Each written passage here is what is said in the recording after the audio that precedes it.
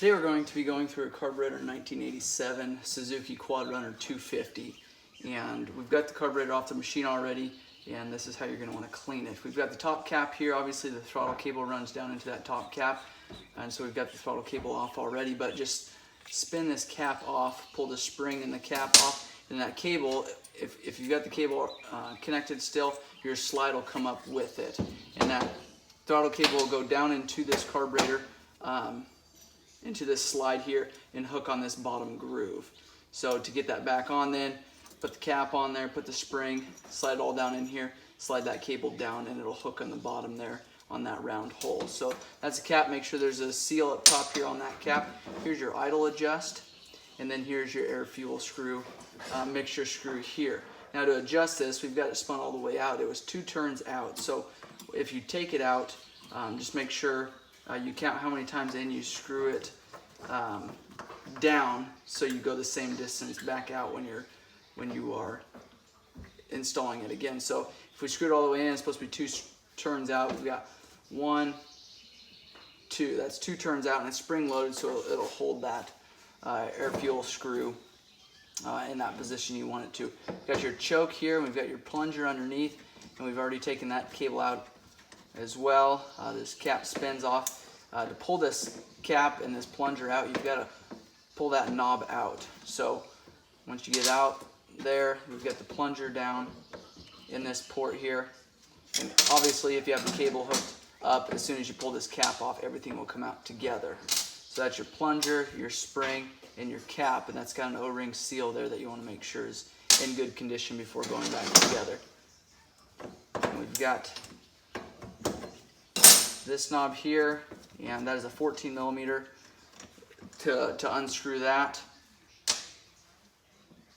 Pull it out there, and you can see all the way through there, down that way. Make sure all those ports are cleaned, and then the air is going to come out here, pulling more fuel through as well. I'll flip this carburetor upside down and pull this bowl off.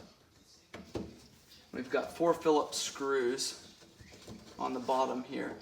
If you're draining the fuel for the year, or if you're going on a long trip or something, you can pull this screw out, and fuel will drain out the bottom nipple there. You want to make sure you don't dump that fuel on the motor.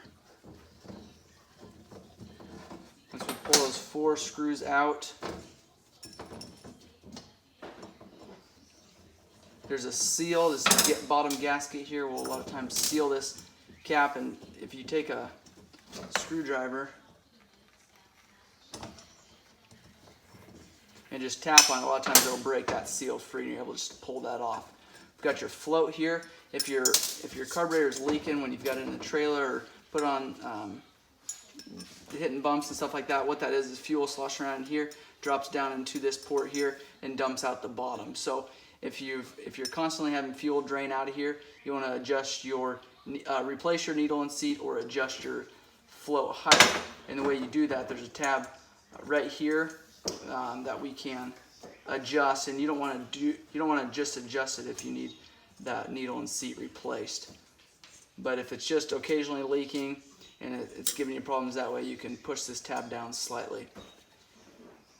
Pulled this pin out here, and here's your needle, and then your seat is replaceable, and Phillips screw to take that out, and then that seat just pops out of there, and it's sealed with an O-ring. So you want to make sure that if it's out of round, if you got debris down in there, or it's grooved, you can replace it that way. Next, we've got your pilot jet here. That's the smaller of the 2 jets, but it sits down a little bit farther into the carburetor. And a lot of times, if your 4-wheeler is hard to start, it's because a pilot jet is plugged up. And pilot jet can get plugged up if you've got sand in your fuel tank, or any kind of debris, or if your carburetor sits, or if your 4-wheeler sits for any amount of time at all. Fuel can build up in here and cause this jet to be plugged up. You want to make sure that when you hold it up to light, that you can see all the way through it. Take compressed air, blow through it, or carbon choke cleaner and blow through it, and make sure it's clean all the way through.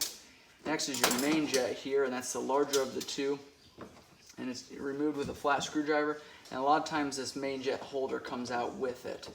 And so if that happens, that's all right. You can blow through that with compressed air. and carbon choke cleaner as well. Get that port cleaned up. Same thing, you want to be able to see all the way through it. Now, before you start putting stuff together, make sure you blow all this area out with carbon choke cleaner and then blow through it with compressed air to make sure all your ports are cleaned out. And then you can start putting it back together. If the carburetor is too bad, you can soak it in carbon choke cleaner overnight or for a couple hours. And then I always take carbon choke cleaner and clean it up again and blow it all out with compressed air. That way, any debris that was in that carbon choke cleaner will be removed out of that carburetor. Snug those main jets up and that main jet and that pilot jet, and then we'll go ahead and put our float on. It doesn't matter which way you put this seat here. It's right in the center. So slide it down into your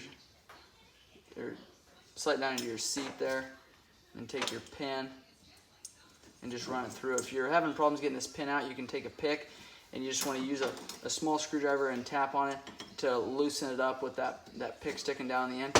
And be very careful, these are aluminum tabs here and they break very easily. Putting your bowl back on.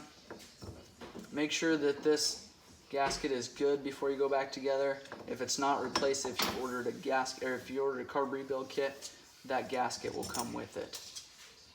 We'll put our 4 Phillips screws in, and we don't have to torque these down extremely tight as you're going into aluminum.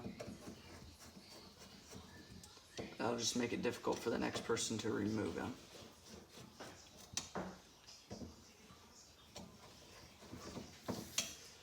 And obviously we don't have the cables here to hook those back up, but slide that throttle cable in like I showed you at the beginning of the video.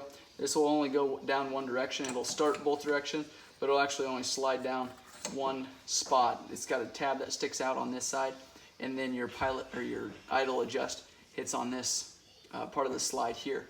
When you're going back together, make sure your needle goes all the way down into that main jet holder area. A lot of times what can happen is that needle will get caught up on the side of it and push that needle straight up, and then you'll be removing your carburetor again. Make sure you've got this cap threaded on the right way. It's very fine threads and can cross thread very easily. Obviously, again, putting this plunger and cap set together, put this through the cable, then this through the cable, and then hook this on the cable there. And so at this point, all 3 of these parts will be held together by the cable. Slide it down. You want to make sure that moves up and down freely. And then turn your cap on there. It's a brass cap, so you don't have to tighten it down very tight. And then you can take and run this down as well. Once you get this back on, you can set your idle. Make sure that your four-wheeler is warmed up before you set your idle. You never want to do that with a cold motor. And then just turn this in to turn your idle up.